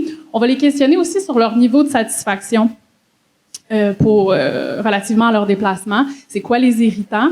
Et surtout leurs intentions de changement de comportement. Qu'est-ce qui pourrait faire en sorte que, par exemple, un autosoliste délaisse son véhicule au profit d'un mode de transport plus durable. Donc, une fois qu'on a toutes ces données-là, on va asseoir sur le diagnostic un plan d'action personnalisé à l'organisation. On peut le faire pour un site, mais on peut aussi le faire pour de l'inter-entreprise. Entre autres, à Laval, en ce moment, on a commencé un plan de gestion des déplacements avec le CIS de Laval. Donc, on est en train de commencer le travail autour du plan d'action. Évidemment, on fait participer les employés, les dirigeants là, pour trouver les solutions. Les solutions là, qui peuvent naître de ce type de démarche-là, ça peut être très varié. Donc, que ce soit l'implantation d'un programme de covoiturage, des aménagements pour les déplacements actifs. Ça peut être aussi de la sensibilisation, des allocations transport. Donc là, on est vraiment plus dans des incitatifs financiers, donc la carotte, indemnité kilométrique, vélo, etc., tirage. Mais il y a aussi peut-être des mesures un peu plus contraignantes que les organisations peuvent mettre en place, donc le bâton. Je pense entre autres à des politiques de stationnement, à la tarification du stationnement à sa juste valeur marchande. Quand on a en tête qu'il y a un coût là, de construction de ces cases de stationnement-là et qu'il y a aussi un coût d'entretien annuel, en ce sens-là, là, par souci d'équité, ça devient quand même assez intéressant de reporter ces sommes-là, soit équivalentes ou même d'utiliser ce budget-là là, pour bonifier toutes les installations sur place. Les organisations doivent aussi, je le mentionnais un peu tantôt, là, mais travailler sur la culture de l'organisation, que ce soit vraiment valorisé, que ça vienne d'eux, dès le recrutement, dès l'embauche, qu'il y ait des activités sociales autour de ça. C'est ce que les organisations peuvent faire, entre autres. Et merci. Et est-ce qu'il y a pas des navettes de alors ça va peut-être faire hurler à nouveau là, mais il y a pas des navettes de transport collectif que les entreprises pourraient mettre en place, genre savoir que mes employés ils habitent là, et en fait je me rends compte que si je faisais tourner une navette, je pourrais aller chercher les ramener. Ça existe ça ou pas? Oui, ça existe. Souvent aussi, on met de l'avant le covoiturage, qui est une belle option, là, sachant qu'il y a beaucoup de places disponibles dans les véhicules. Donc, c'est aussi quelque chose qu'on pousse. Le covoiturage, les applications maintenant prennent en considération, pas seulement d'un point A à un point B, hein, on prend aussi en considération, par exemple, d'aller chercher un covoitureur sur un bout de trajet qui serait fait en transport en commun. Donc, ça se fait vraiment parallèlement là, à même l'utilisation du transport collectif. Donc, ça aussi, c'est une avenue qui est vraiment intéressante, le covoiturage à mettre en place, que ce soit des initiatives qui viennent des organisations pour un même secteur, hein, parce qu'on veut avoir une masse critique. Là, en covoiturage, c'est vraiment ce qui est essentiel. Et moi, j'avais une dernière question. Alors, ça, pareil, question personnelle un peu, mais j'ai eu l'impression que les gens qui se mettent au vélo sont souvent des gens qui prenaient le bus ou le métro avant. Est-ce que vous avez des infos là-dessus? Et comment est-ce qu'on fait aussi pour aller chercher des gens qui prenaient la voiture pour faire 5 km et puis arriver à les mettre sur des vélos? Et la deuxième question, c'était le déneigement des pistes cyclables. Alors là, à Montréal, ça a été le champagne cette année parce qu'il y a eu beaucoup de cyclistes d'hiver, donc on se rend compte qu'on peut faire du vélo en hiver. Et à Laval, ça donne quoi tout ça? Monsieur Boyer. Oui. Écoute, honnêtement, nous, il y a certaines pistes cyclables qu'on va déneiger en même temps que les opérations de déneigement ou une fois que le gros rush est passé, on va demander à nos employés de le faire, mais c'est pas systématique. Donc, évidemment, on risque d'aller vers une approche plus systématique du déneigement, mais on travaille beaucoup à déjà commencer à favoriser la culture du vélo à Laval. Donc, on a augmenté de 75% le réseau de pistes cyclables dans les dernières années. On est rendu à 311 km. Depuis 4 ans, on a les Bixi. Donc, on a passé de 4 stations en 2019 à 26 cette année. Donc là, on va avoir plus de 300 vélos. On a vu d'ailleurs qu'on a doublé l'utilisation des Bixi sur notre territoire dans les 2 dernières années. On lance un projet pilote, vous avez peut-être vu aujourd'hui dans les journaux, mais on lance un projet pilote de trottinettes électriques cet été également. On veut essayer de ne pas reproduire les erreurs de Montréal. Donc maintenant, il va y avoir des applications qui permettent de s'assurer qu'elles sont stationnées au bon endroit, dans la bonne position pour éviter ce qu'on a connu. Donc, On a déployé aussi des parcs cyclistes pour que les parents puissent aller pratiquer avec leurs enfants à faire du vélo en toute sécurité, avec du marquage au sol dans des endroits sécurisés. Donc, bref, on travaille à développer la culture du vélo sur notre territoire. Après ça, honnêtement, est-ce qu'il y a beaucoup de cyclistes à Laval en hiver? On n'est pas encore rendu là. Peut-être que ça sera un jour, mais une étape à la fois. On fait pas mal de choses concrètes là aussi. Florence. Mais en fait, c'est intéressant ce que vous dites parce qu'il y a ce qu'on appelle une demande latente, c'est-à-dire qu'il y a des raisonnements un peu par l'absurde qui vont dire je vais pas faire une piste cyclable sur ce boulevard-là ou cette rue-là parce qu'il y a jamais de cyclistes. Mais en fait, ça marche exactement dans l'autre sens. Ça prend des infrastructures de très bonne qualité, sécurisées à la manière de tout ce qu'on a dit sur le transport collectif. Et donc, ça prend des réseaux qui permettent des cheminements, des itinéraires qui permettent de se déplacer vers nos activités, vers les activités des Lavallois. Donc, c'est vraiment important d'avoir ces infrastructures-là et de poursuivre leur développement. Mais vous êtes en croissance, donc c'est ça qui va amener toujours plus de demandes. Et c'est ce qui s'est passé aussi à Montréal. Le réseau s'étant développé, la pratique s'est développée, puis c'est des effets vertueux. J'allais faire un jeu de mots, des effets boule de neige. Je parlais du vélo d'hiver.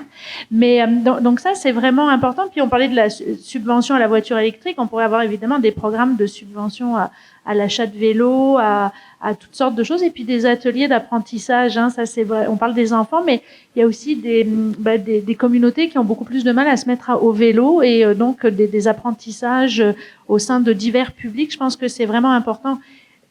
Et j'oserais ajouter, et ce serait bien aussi d'avoir ce type d'approche pour la marche, en fait, parce qu'on parle beaucoup de mode rapide pour 5 kilomètres. On n'a pas beaucoup parlé de marche et de piétons, puis ça, c'est un gros défi, je pense, pour des territoires comme le vôtre et comme d'autres. Et là, c'est aussi toute une culture d'aménagement, d'infrastructure qu'il faut revoir. Il y a vraiment un potentiel aussi, à mon avis, à développer qui est un petit peu plus contraint par la forme du territoire. Vous citiez les lotissements résidentiels un peu organiques là, qui permettent pas de. Alors il y a des approches qui s'appellent la ville passante, hein, de faire des trames piétonnes aussi. Donc ça c'est une autre stratégie. Et je te coupe là-dessus. Ce qui est intéressant là-dedans, c'est que le vélo, on se rend compte que l'enjeu, c'est quand même pas mal la sécurité. Oui. Voilà. Pour tous. Vitesse et sécurité. Oui. Le vélo, c'est pour aller vite et c'est pour être en sécurité. La marche, quand on fait le choix de la marche, on choisit de pas aller très vite. Résultat, c'est quoi? C'est le confort, c'est l'esthétique, c'est la verdure, c'est le calme. Non, c'est ça qui va être des critères. C'est d'avoir des trottoirs qui ont d'avoir des trottoirs. Je m'arrête là. Avoir des trottoirs. Avoir des continuités piétonnes, c'est-à-dire pouvoir faire mon déplacement sans que mon infrastructure. Moi, je suis habillée en piétonne. Hein, moi, je suis piétonne. Je suis pas cycliste, je suis piétonne. Je fais entre 8 et 10 kilomètres par jour pour me déplacer, puis je vais quand même assez loin. Je suis en forme aussi. Hein, c'est toujours ce que je raconte à mes étudiants. Je suis en forme, je suis en santé, donc je peux marcher. À condition qu'il y ait une continuité piétonne, à condition que les traverses soient pas. Là, j'ai fait quelques photos en arrivant, soient pas trop grande, trop effrayante, à condition qu'il n'y ait pas de nid de poule et à condition qu'il y ait, oui, un confort esthétique au sens, un confort auditif, un confort visuel, que je me sente pas frôlée par les voitures, que je me sente pas en insécurité. Mais le problème, c'est comme tout ce qu'on a dit jusqu'à présent, c'est que moi, j'ai ma pratique, j'ai ma connaissance de la ville, puis je suis plutôt bien dotée pour parcourir les villes, même quand c'est pas très sécure. Mais une personne âgée, un enfant, une femme, un adolescent, une adolescente, c'est des besoins de confort et de sécurité qui vont être un peu plus spécifiques. Et donc, on oublie que le trottoir, c'est pas juste une séparation entre la voie de circulation puis le bâtiment. Donc, c'est plus que de l'esthétique, c'est plus que de l'atmosphère, mais c'est aussi ça. Et les piétons, c'est aussi le dernier kilomètre des usagers du transport collectif. Alors, exact, c'est ça. Donc, c'est aussi un frein à l'utilisation du transport collectif. Si on a un petit bout de marche, le dernier kilomètre, puis la marche, c'est sûr que c'est le mode de déplacement le moins dispendieux. C'est excellent pour la santé. Donc, il y a beaucoup de travailleurs qui auraient peut-être l'opportunité de le faire si on parle seulement de temps de déplacement et de distance, mais qui le font pas parce qu'ils se sentent pas en sécurité. La forte motorisation de certains secteurs industriels rend quasi impossible la marche à pied, même si des fois les distances sont très raisonnables pour le marché. Et si je peux me permettre juste une petite observation, c'est vraiment micro, mais à Laval, on a juste 30% de nos rues qui ont des trottoirs. Donc là, présentement, systématiquement, quand on fait des rues, on essaie de mettre des trottoirs pour augmenter ce pourcentage-là. Mais j'ai remarqué aussi que c'est plus difficile dans une banlieue classique d'en faire.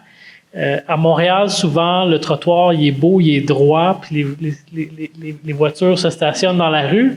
Mais à Laval, avec les maisons unifamiliales, dans le quartier de maisons unifamiliales, avec les entrées charretières, ça fait des vagues, hein. Puis j'avais réalisé que, en fait, au début de la pandémie, on s'est tous mis à marcher, prendre des marches. Il restait juste ça à faire.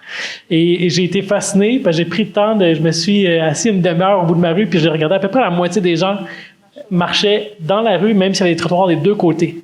Parce qu'avec la poussette ou en jogging ou peu importe, un trottoir qui fait ça à chaque entrée charretière, c'est pas forcément intéressant.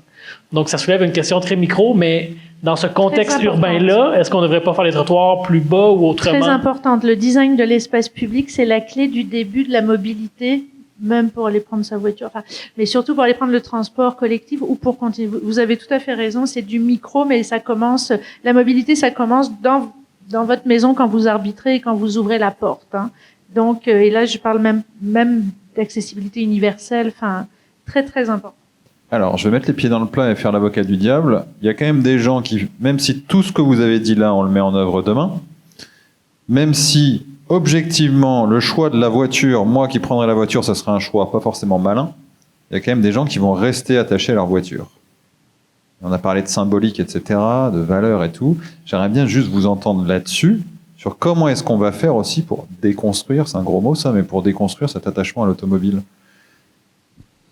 Une fois qu'on a tout mis en place, là, il n'y a plus d'excuses. Pardon, vas-y.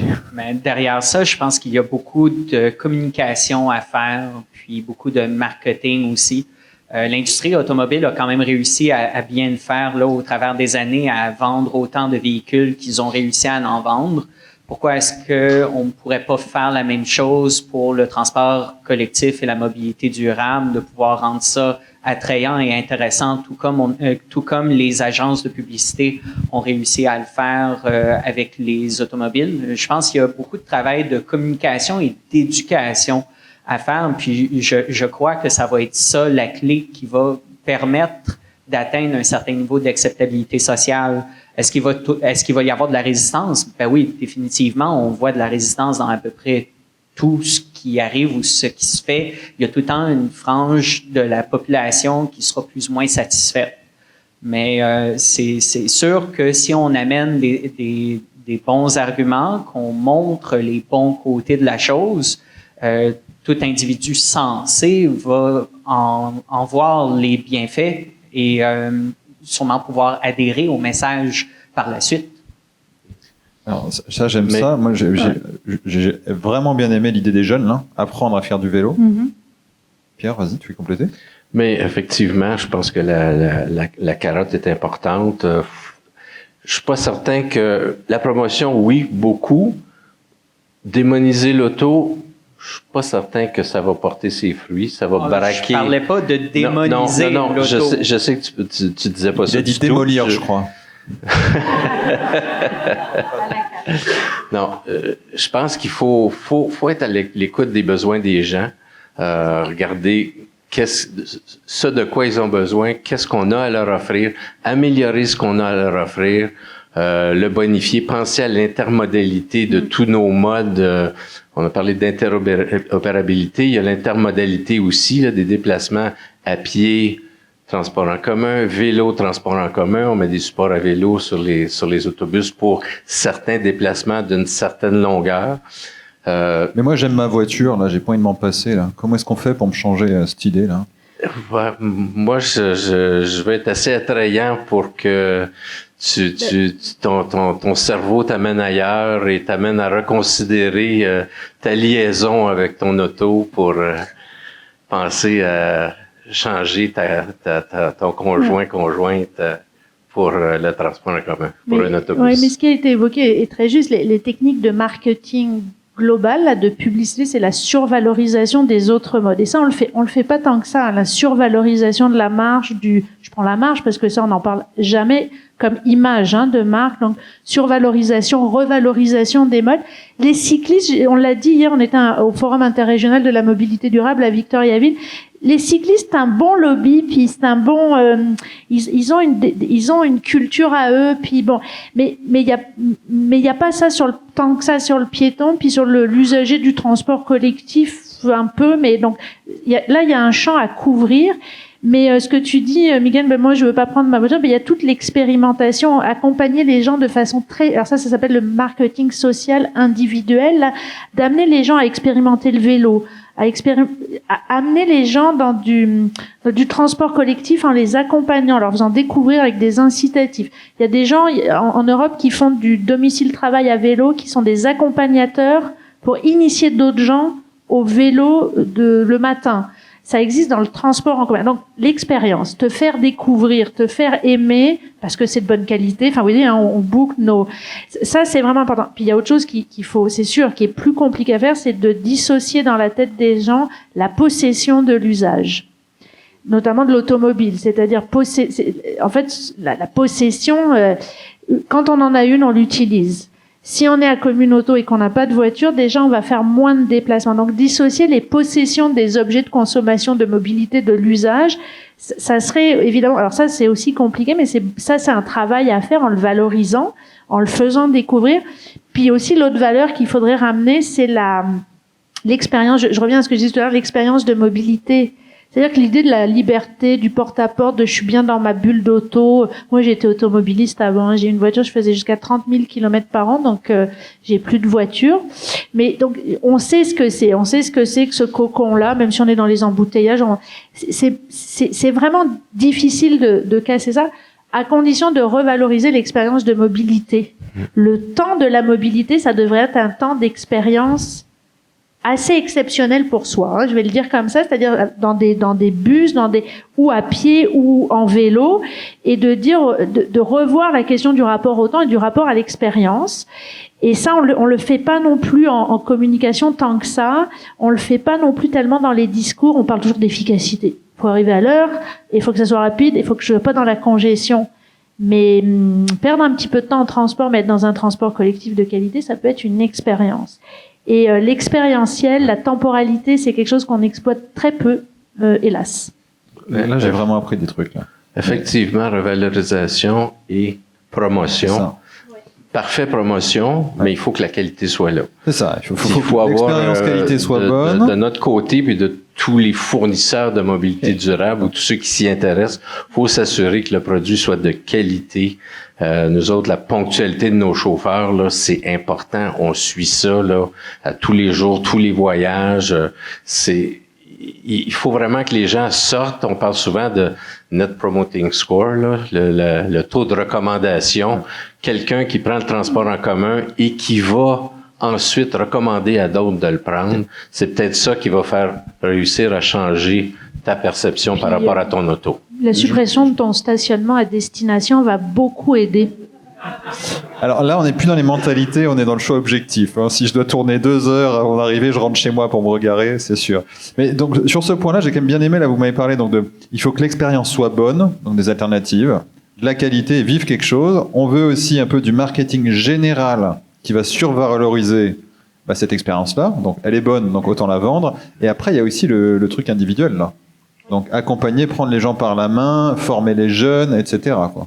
À ce sujet-là, je trouve que le milieu professionnel est un terreau fertile là, pour amener les travailleurs à faire l'essai de d'autres mobilités.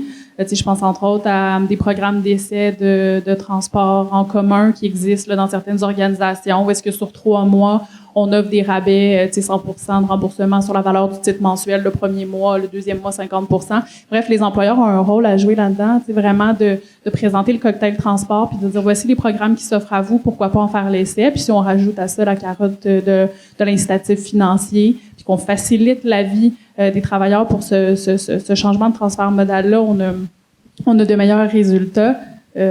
Donc le milieu de travail très propice au programme d'essai. Excellent.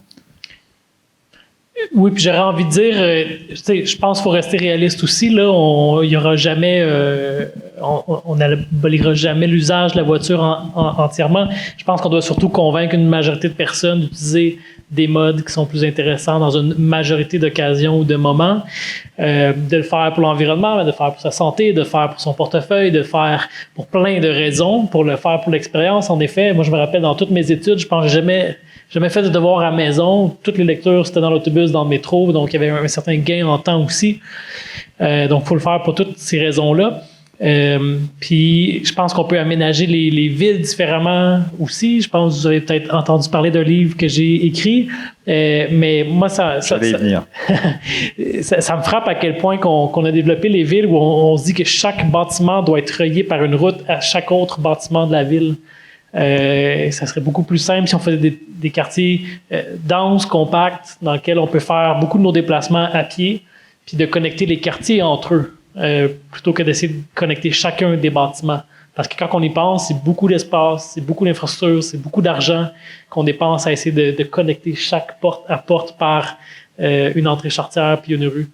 Donc, de construire les villes différemment pourrait aider également.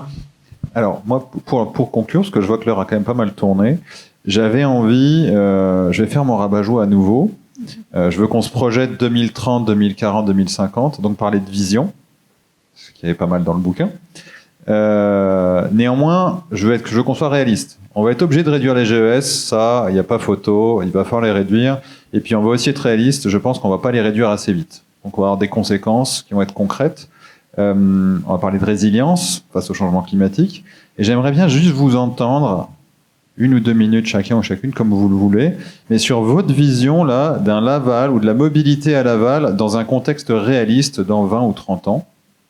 Ça va ressembler à quoi? Vous en avez déjà parlé, on a des cibles, on a envie de le faire. Comment on associe à ça le côté quand même, on est obligé de réduire les émissions, là ça a été dur, et puis on a commencé à se prendre quelques conséquences un peu difficiles. La Covid a été peut-être un apéritif, de voir un peu ce que ça pouvait donner, quoi. Mais comment est-ce que vous voyez ça? Ça ressemble à quoi la mobilité en 2040, 50? Est-ce que vous avez quelque chose à dire là-dessus? Je pense que la mobilité en 2040-50, elle est diversifiée. On va s'être donné des objectifs pour réduire les gaz à effet de serre. On va s'être donné des moyens financiers, mais en termes de projet, chaque projet devra être évalué selon sa capacité à nous permettre d'avancer vers les cibles qu'on va s'être données. Faut que ce soit des cibles réalistes. On a une fâcheuse tendance, on le voit partout en Occident, se donner des cibles de réduction de GES et puis à ne pas les atteindre, puis on va se faire une autre COP où on va se donner d'autres objectifs et ainsi de suite. Ça prend une approche qui est réaliste, mais ça va être le transport ou la mobilité durable des années 2030, 40, 50, c'est une mobilité diversifiée avec beaucoup de nouvelles mobilités, du transport à la demande, des services qui sont plus réguliers, des taxis collectifs, de la mobilité qui est vraiment très diversifiée. On a facilité les déplacements à pied, on les a sécurisés, on a augmenté beaucoup la sécurité. Des déplacements actifs, à pied, à vélo, des trottinettes électriques. On va se déplacer peut-être avec d'autres modes. Moi, quand j'étais jeune, on disait qu'en l'an 2000, tout serait électrique, là.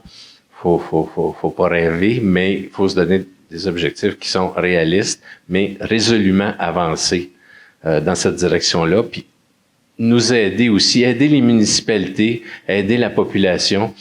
Parce que quand je regarde juste de la perspective du transport en commun, les usagers peuvent pas payer plus qu'ils payent actuellement.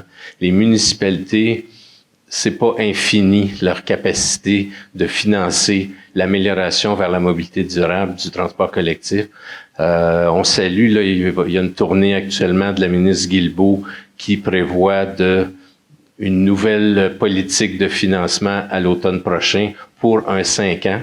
Pour ça, juste qu'il y ait n'importe quoi là-dedans, juste que ce soit pour 5 ans, pour nous autres, ça va nous aider. Faut se donner aussi des moyens. La taxe sur l'essence avec les autos électriques, ça rapporte de moins en moins.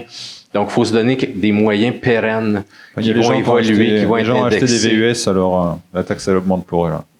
C'est ça. Mais oui, ok, c'est intéressant ça. Donc, c'est pas la STL qui va tout faire. Ça sera vraiment un cocktail plutôt. Et puis, vraiment un peu de tout. Ok?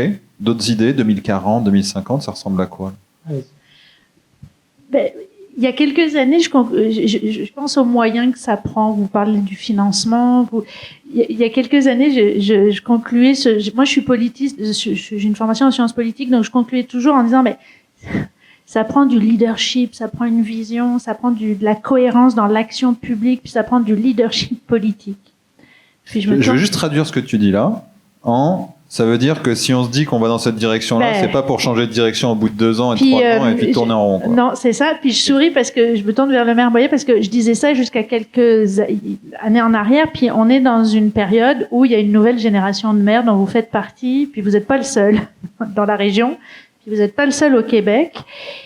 Et ça démontre que ça change politiquement du point de vue du leadership, parce que ça prend des gens qui prennent des décisions, qui ont des visions. Vous avez écrit un ouvrage, puis il y a des décisions qui sont prises, puis vous avez des plans, etc. Ça prendrait du leadership, puis de la vision, puis de la cohérence à tous les échelons. Puis ça, on va espérer qu'en 2030 et 50 pour y arriver, ça soit devenu, parce que c'est absolument pas le cas aujourd'hui. Puis moi, je me permets de le dire sur ma casquette de chercheur, ça prend, comme les financements sont pas au niveau local, ça prendrait le même leadership, la même volonté d'aller maintenant dans la même direction. Mais par contre, c'est une bonne nouvelle que l'innovation municipale soit au rendez-vous, puis que les élus soient au rendez-vous de ces grands enjeux-là. Puis l'autre chose là, je reprends ma casquette d'enseignante et de formatrice, puis je sais pas où est Raphaël, mais qui était là tout à l'heure, nous, on forme des futurs professionnels qui ont compris ces enjeux-là, puis qui s'attaquent aux solutions, donc, et qui vont devenir les professionnels de vos services. Il y a déjà des professionnels dans vos services qui sont très, très bons. Donc, je me dis, cette conjonction-là des professionnels de l'urbanisme, de la mobilité, des élus, ça, c'est la meilleure nouvelle des quelques récentes années. La très, très bonne nouvelle, ça serait que les astres s'alignent pour que ce financement qui s'en vient peut-être, pour que cette politique nationale de mobilité durable s'inscrive dans une loi et des réglementations et des obligations de l'État. J'ai parlé de ça hier et je pense que hier au forum interrégional, ça c'est un peu l'espoir que j'ai avant 2030 pour que ceci advienne. Oui, mais ça veut dire qu'en 2040, ça veut dire qu'on a eu une vision et on a réussi à la suivre collectivement. Il y a un cocktail de transport, un cocktail de solutions. On marche davantage, on est plus en sécurité dans nos villes. Qu'est-ce qu'on rajoute à cette belle vision? Oui, mais j'ai envie de dire, c'est ça, en 2040, 2050, qu'il y a une majorité de gens qui se déplacent de manière autre que la voiture, parce qu'ils ont fait le choix. Pas parce qu'on les a forcés, mais parce qu'ils ont envie d'embrasser une façon différente de se déplacer. Ça, je pense, c'est extrêmement important. Le risque qu'on court, tu sais, souvent on me dit, ben là, il faut aller plus vite, il faut être plus intense, mais en même temps, les gens, ils doivent embarquer dans le changement parce que sinon, on court le risque du backlash politique. On court le risque que dans 2 ans, dans 3 ans, il y a quelqu'un qui se fasse élire sur la promesse de défaire tout ce qui vient d'être fait depuis quelques années. Donc, pour moi, c'est une société qui change, qui évolue dans la bonne direction, mais où les gens embrassent cette vision-là et la partagent pleinement. J'ai envie de rêver, je pense que c'est un peu le but de la question. Pourquoi pas une autoroute 15 ensevelie ou est-ce que dans notre centre-ville, il y a un grand parc? Les fois, on réalise pas, mais la voiture, c'est très bruyant. Aller sur le bord d'une autoroute, c'est pas très agréable. Dans des quartiers plus piétons, souvent, ce qui frappe là, la première fois qu'on y est, c'est que c'est très silencieux. Ce qu'on entend, c'est les gens parler puis rire. Puis c'est très, très silencieux, les oiseaux. Si vous vous rappelez d'ailleurs les premières journées de la pandémie, je sais pas si vous êtes comme moi, mais moi j'ai redécouvert un peu tous ces bruits-là qu'on entendait moins le long des grands boulevards. Une ville qui est redéveloppée, on a beaucoup de grands centres d'achat à Laval avec des immenses espaces de stationnement qui sont très, très, très, très rarement pleins. Donc, d'avoir des espaces urbains qui se sont redéveloppés, qui se sont transformés, un nouveau visage, le boulevard des Laurentides, le boulevard Curie-Labelle, pourquoi pas. Donc, d'avoir une ville qui a su se métamorphoser avec des citoyens qui adhèrent à cette vision-là, puis qui l'embarquent, puis qui font partie du changement, puis que c'est pas seulement l'œuvre du politique, mais que c'est un souhait partagé. C'est pas mal. Ah, puis pourquoi pas des machines à espresso dans les autobus? Excellent. On parlait de qualité d'expérience, là. C'est noté. Et du soutien scolaire dans les autobus, on a vu aussi. Faire ses devoirs dans l'autobus avec... voilà. Des excellentes idées. À la lumière de ce qui vient d'être dit, moi, j'ai bien envie d'y aller sous le format des souhaits. Donc, à titre d'employé d'un centre de gestion des déplacements, mon souhait, ce serait qu'il y ait une grande majorité d'employeurs qui prêchent par l'exemple, qui mettent la main à la pâte et qui contribuent là, en sensibilisant leurs employés, mais en leur offrant aussi des programmes d'incitatifs, un petit peu de contraintes, là, on le mentionnait, politique de stationnement, tarification des stationnements, donc que ce soit ça qu'on voit sur le paysage lavallois. À titre de piétonne, moi aussi, je souhaiterais qu'on repense les rues, qu'on les conçoive d'abord pour les piétons, pour les cyclistes, donc ce serait mon souhait. Et finalement, à titre de maman, ben mon souhait rejoint un peu ce qui a été dit, là, c'est-à-dire que les citoyens, les travailleurs soient sensibilisés et que ce soit vraiment une décision qui parte d'eux, qui fasse sens pour eux. Donc, le changement de mode de transport, que ce soit durable et que ça parte d'un réel sentiment de vouloir amener du changement. Eh ben, merci. Puis, si je peux me permettre, mon avis va rejoindre ce qui a été dit. J'aimerais par contre insister sur une chose. On a parlé de se déplacer. Donc, on se voit encore en 2030, 40, 50 de continuer à se déplacer. On se déplace pas pour le plaisir de se déplacer, on se déplace pour se rendre à des lieux d'activité. On se rappellera tous au moment de la pandémie, on parlait beaucoup de télétravail, de téléétudes, de télémagasinage. On sortait très peu, pour ne pas dire du tout, de son domicile.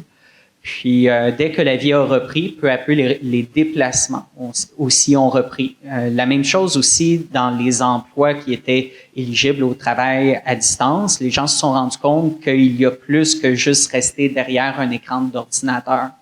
Donc, au lieu de se dire, on va tout simplement limiter au complet les déplacements, ce qu'il y a d'intéressant autour de la table, en fait. On n'est pas autour d'une table, mais vous voyez ce que je veux dire.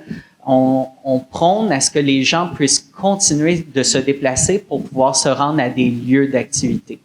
Puis, il faut se rappeler que l'humain est une créature sociale qui a besoin des contacts sociaux, des contacts humains avec les autres pour pouvoir se sentir apprécié, valorisé, pour sentir qu'il a un impact dans sa vie.